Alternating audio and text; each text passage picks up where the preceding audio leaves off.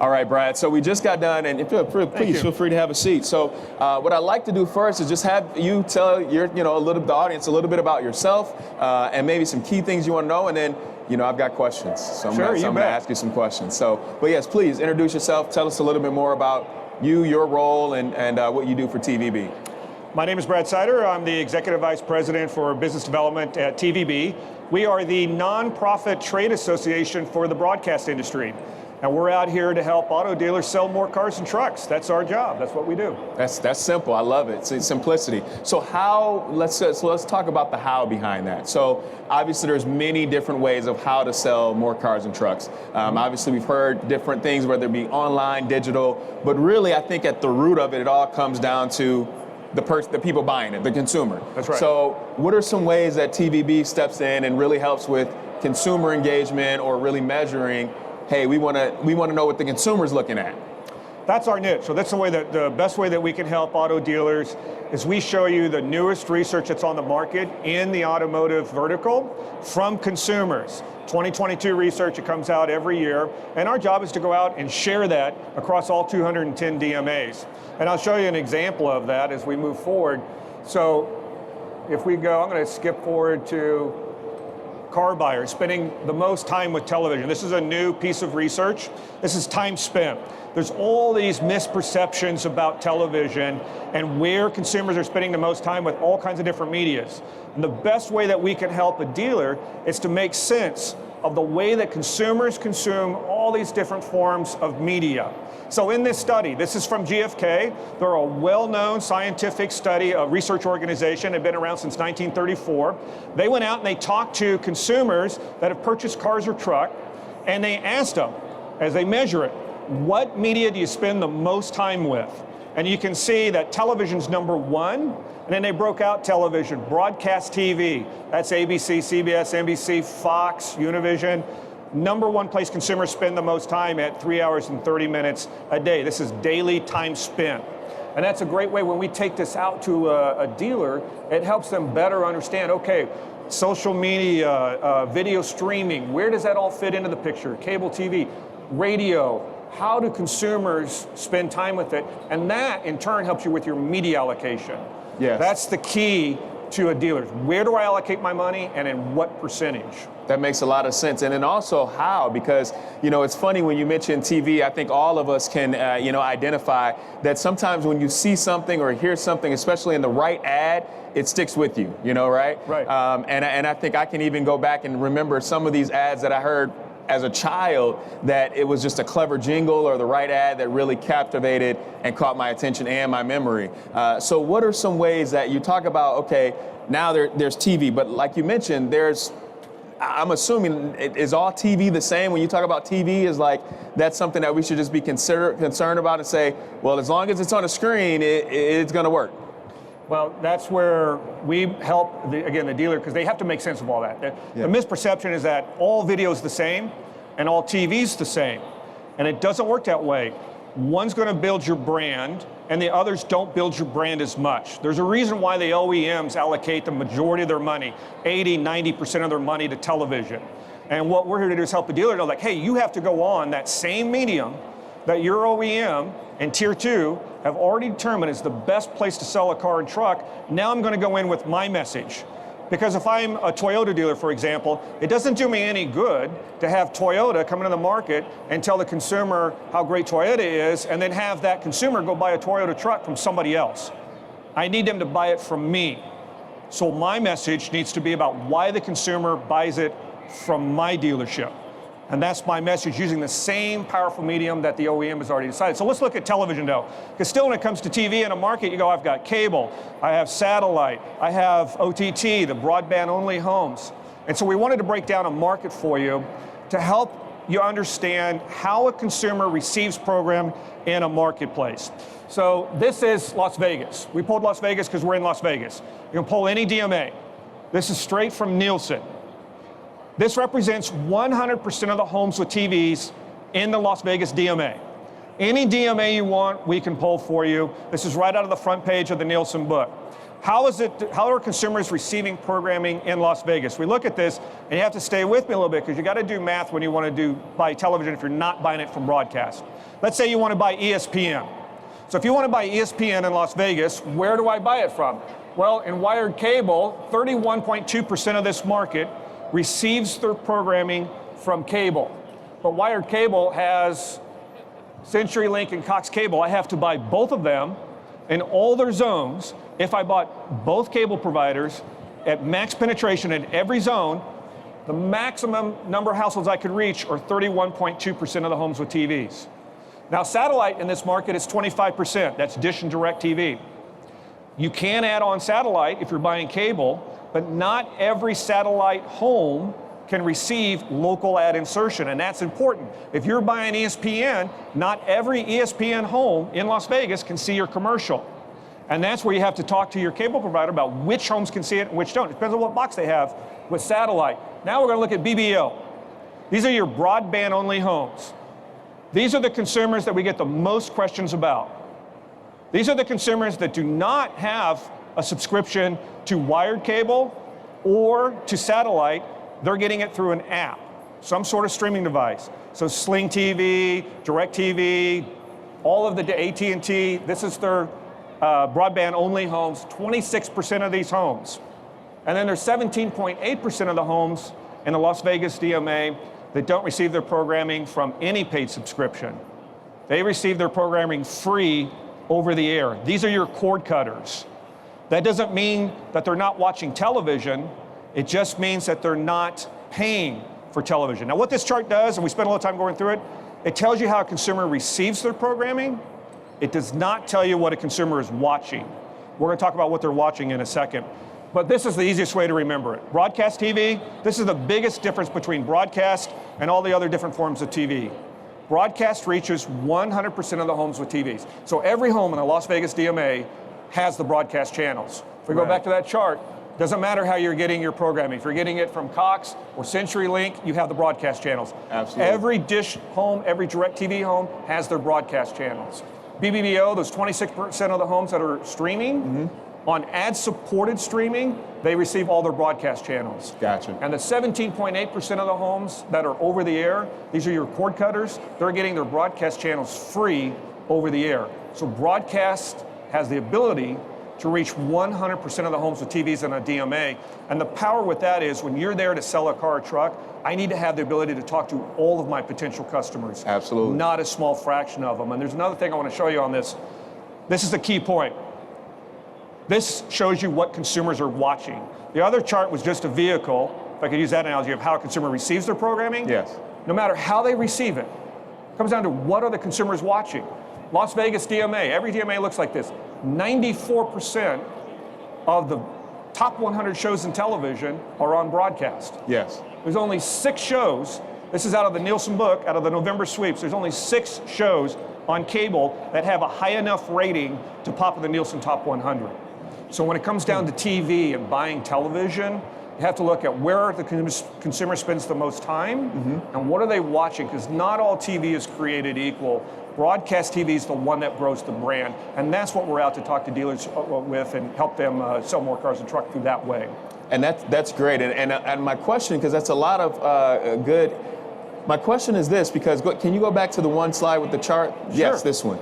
So, and I know this is just for Las Vegas, so I know you pulled this up because that's where we're at. But in your experience, are you seeing where this trend between wired cable and BBO, is there markets where this is offset? And if so, as a dealer, then that's something I need to be aware of, because if I'm looking at, penetrating these markets, like you mentioned, the max of 31%, if I want to maximize what I'm doing, I got to know who I'm marketing to and then how to market to them, right? I'm assuming? Yeah, absolutely. So in every market, and you picked up on a good point, if you imagine the old Pac-Man. Yes. All right, this Pac-Man pie chart, so wired cable has been shrinking in every book. Okay. So if we would have gone back 3, 4, 5 years ago, you would see this at 40%, 50%. At one time, it would have been 60%.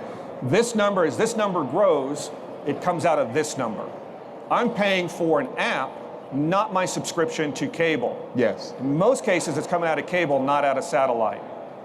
What we see, when we see on the BBBO homes, though, we still have this idea of, all right, well, so everybody now is going to the app, and they're watching their programming via an app. What's important to me as a dealer, though, is to know who those consumers are. And I want to fast forward to this pie chart for a second, because It's not just that consumers, 26% in Las Vegas, are getting their programming from broadband only through an app. Yes. But who are they? Well, as a dealer, for the most part, I'm trying to reach people 35 plus, 40 plus. I don't care what dealership it is within most cases. Obviously, there's some that reach younger buyers, but I need to have somebody that has enough money to buy a car or truck. And most of my audience, if I look at 80% of the people buying a car or truck from me, they're over the age of 40. In this market, so of the homes, the BBO homes, at 26%, persons under 35 account for 60% of the homes that are getting BBO. 60% of the BBO homes are under the age of 35. If I look at my 50 plus, it's only about 10%.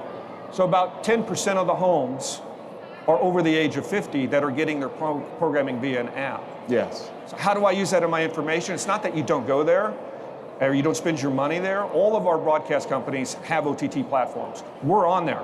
We're content providers. We provide content. It's up to the consumer to decide how you watch it. Whether you watch it on the 70-inch flat screen TV, or you watch it through streaming video, or you watch it on your iPhone. That's up to you to decide. What we try to do is let a dealer or any advertiser know how the consumer's watching it and who they are, so that when I go to allocate, I don't want to have 60, 70% of my money in BBO, in streaming video, if the majority of that audience is under the age of 35. Because what will happen is you'll buy it, it won't work the way you think it should work, and what we hear from dealers, they go, hey, I bought television, I tried it, and it didn't work the way I thought it should work. Yes. And we always tell them, you bought the wrong kind of television, your allocation was just off.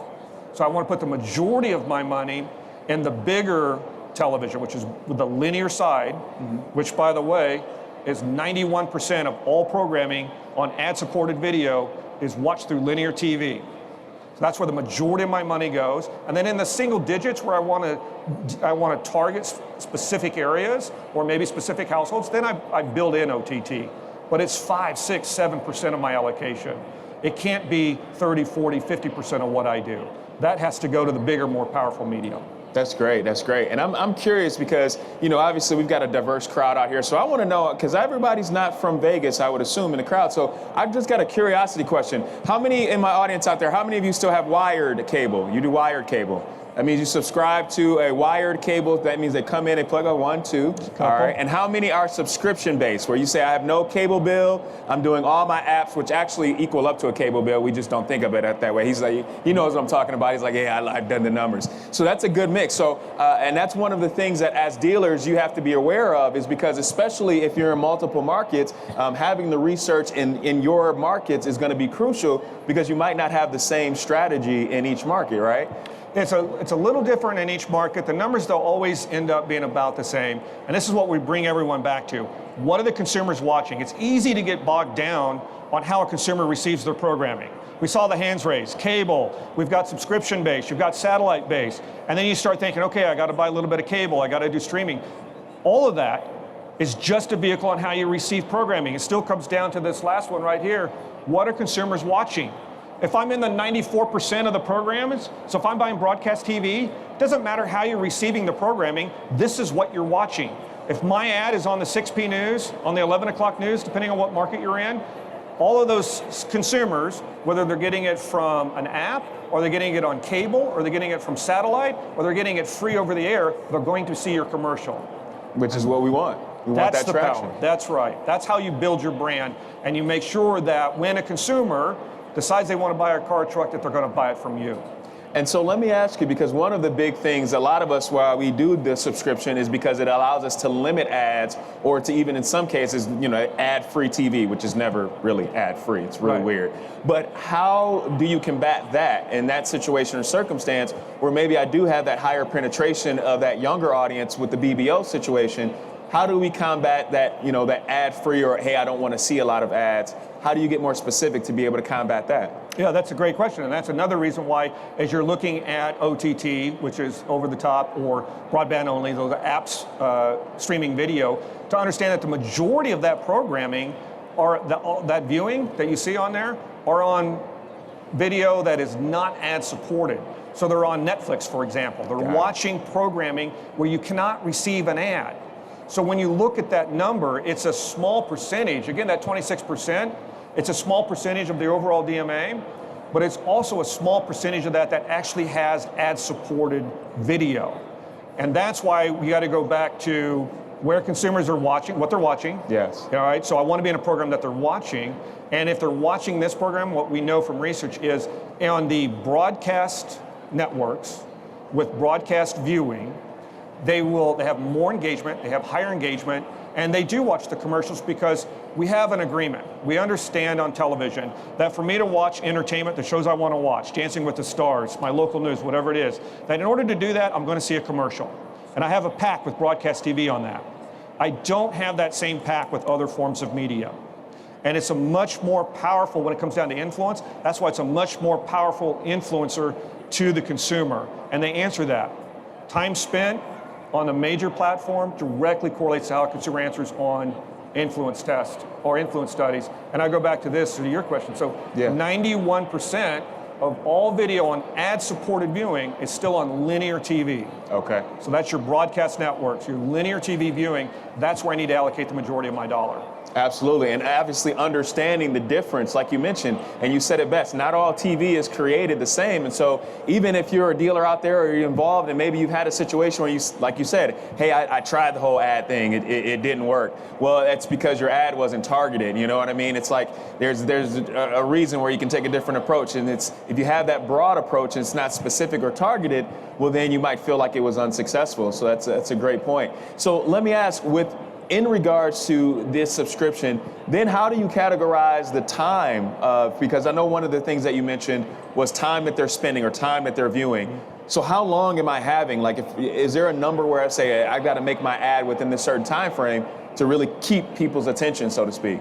Yeah, so now we're getting into the strategy of a commercial. And there's all kinds of different strategies on how you do it.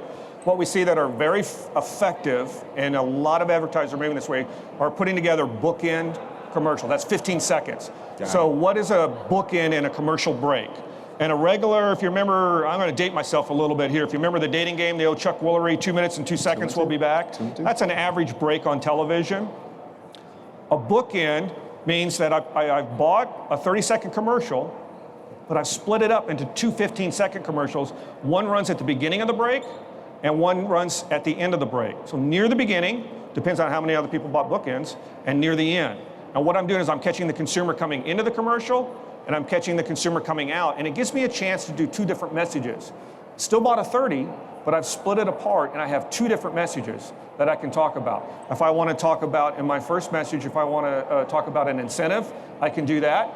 In my second spot, if I want to talk about financing or anything going with aftermarket, I could do that.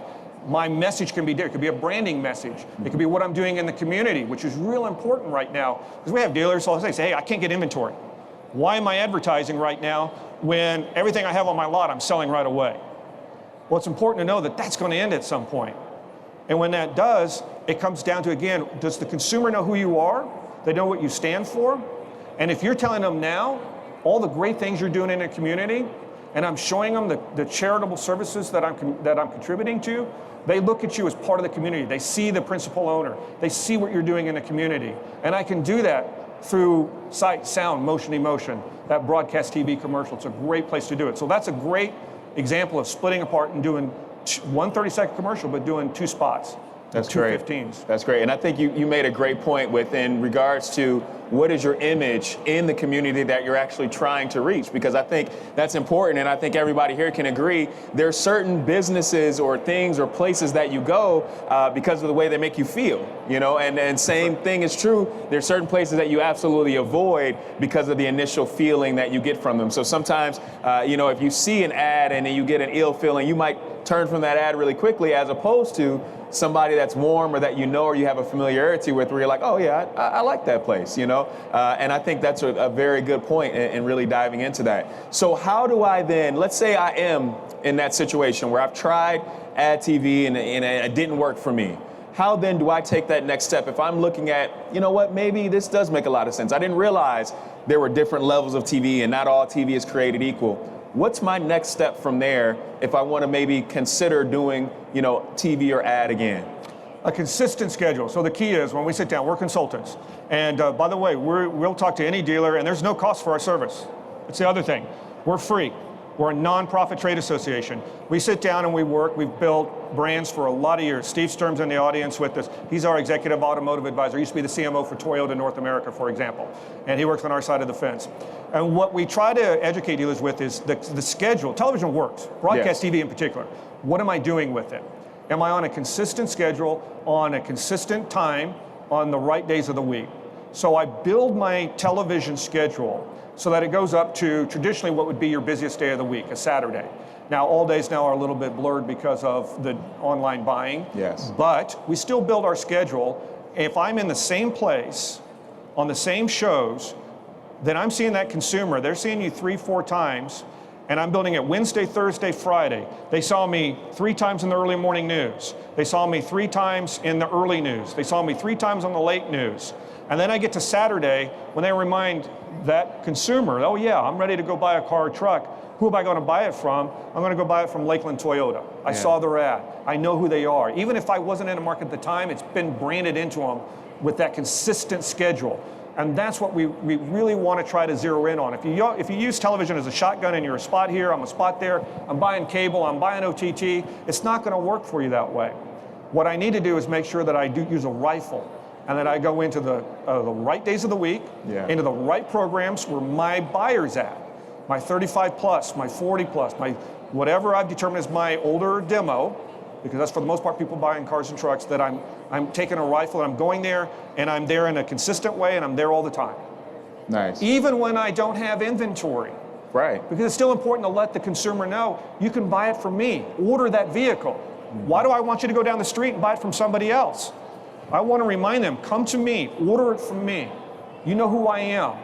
And they see you all the time. And that face and that consistent schedule, that's how you get that brand to be top in the market.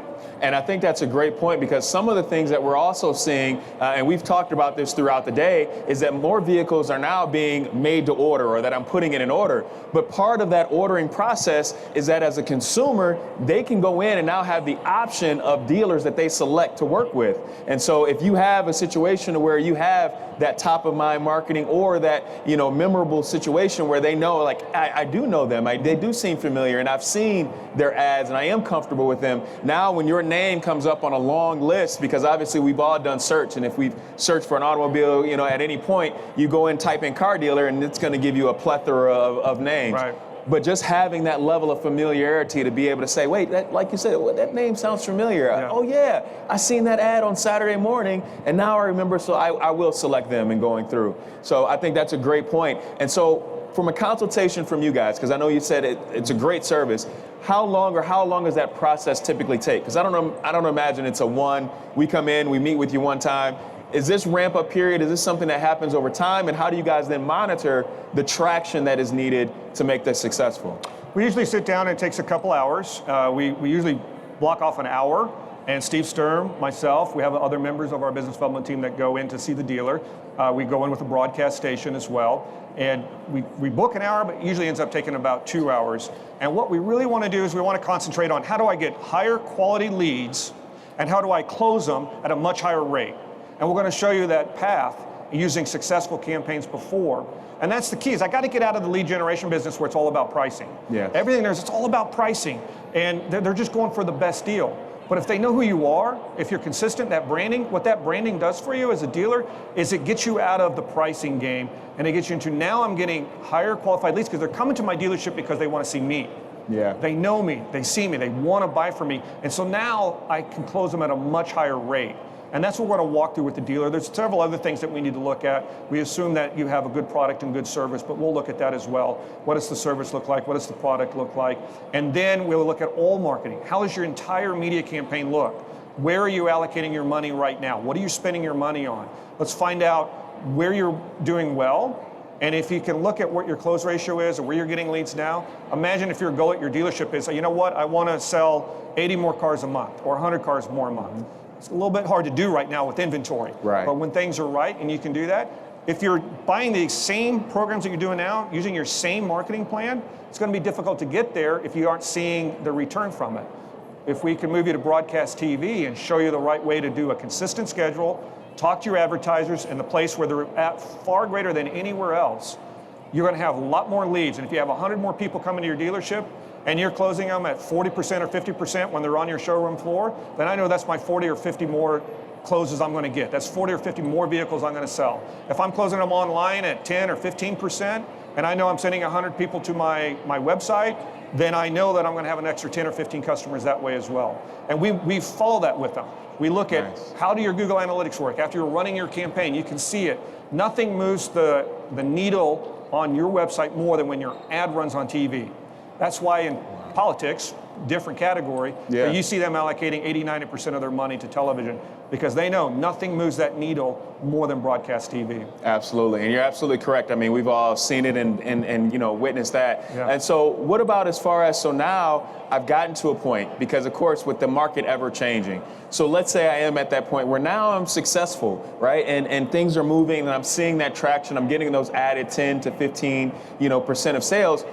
How often do I need to retweak my strategy? Because like we kind of talked about, that pie chart is kind of like the Pac-Man analogy. Yeah. It's ever changing and one is getting eaten up more than the other. How often am I reevaluating my process, and how do you guys come into that reevaluation process? We're there with you all the time, and a good account executive at the broadcast station that's working with you, they do the same thing. We watch that schedule every week with you because you have to tune it, you're right. Now, one thing that's live, that's new, that's original every single week is local news. Yes. So local news is live, original programming every single day of the week. And the people that watch it are consistent viewers. And as they're watching it, you're talking to them with the same creative, the same schedule, but now I need to have a different message sometimes. You know, every advertiser has several different pieces of creative that are out there. And that's what we talk to the dealership about. Let's look at your creative and let's see how much that we change that up. We know that we're in the right place, but now I need to talk to the consumer sometimes a little bit differently, based on what might be coming up. Am I answering a sale that's coming up? Is it Memorial Day? Is it Labor Day? Is it July 4th? I'm making sure my creative looks that way. Do I have something new from my OEM? Am I making sure that's reflected in my ad? Anything that I can do to tweak my creative a little bit piques people's interest because you're used to seeing the same thing. This has been up here for a while and you're going to get numb seeing the same chart. Right. As soon as I flip it, your eye's drawn to it again and you're going to look at something new. Yes. Like I recognize that. I know it's the same presentation, but it's something new. Same thing with creative. I know it's the same Lakeland Toyota dealer, but I'm seeing something new on it. And it's going to make a consumer pay attention to it. So we go in and we watch that schedule and we watch how many people are coming to the website, how many people come to the showroom, what do your leads look like year to year, same month to same month, year to year, so that we can track it and know where we need to tweak the schedule. That's great. And so to that point, because obviously one of the things that we've all experienced, and I want to congratulate all of you guys, you look great in your big boy clothes and your big girl clothes, because obviously for the last 2 years, a lot of us were yoga pants, sweatpants, hoodies, all that kind of stuff, right? But let me ask you this question, because we are coming out of this post-pandemic, environment where we did see a lot more people at home and maybe in front of a television, am I going to have to change my approach, or how now, what are some things that you are seeing maybe out of this pandemic that has kind of led to different trends when it comes to broadcast marketing and how it's done and how it's effective? Because we're getting to that point where it's saying, hey, we're going to get back into the workforce, people aren't going to be home as much. Do dealers, are they going to face new things that they need to kind of think about moving forward? The biggest thing that we see, first of all, television viewing's never been higher. That's because people have been at home, they're still at home, and even going forward, it's a blend. I don't think we're ever going to go back to people are 8 to 5 and they're commuting to work every single day the way they were before. Businesses have learned. I survived 2 years without having people in the office. So there'll be a blend going forward of virtual work versus going into the office. Some are going to go back. That's for sure. They're already doing that. It will never be at the same level as before. But what I do know is that there's more people in front of that TV set than ever before. So what am I saying to them? And that's where we address it. I'm going to be there.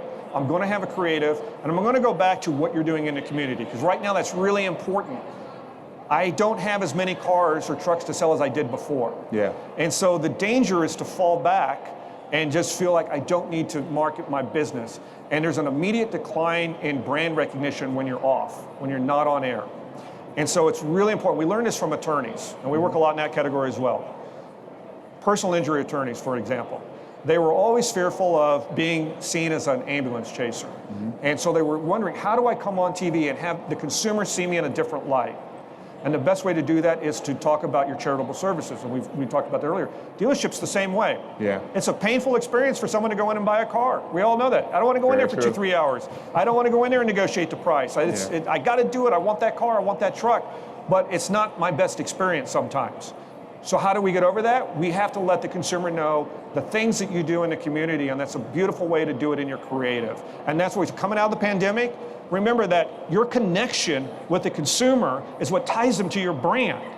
And it's more than just Toyota or Chevy that you have. It's who you are as a dealer in the community. And they're much more likely to pay a higher price to you because I want to buy it from you, the dealer that I trust in the marketplace, over someone else who's not on air, who doesn't have that same message.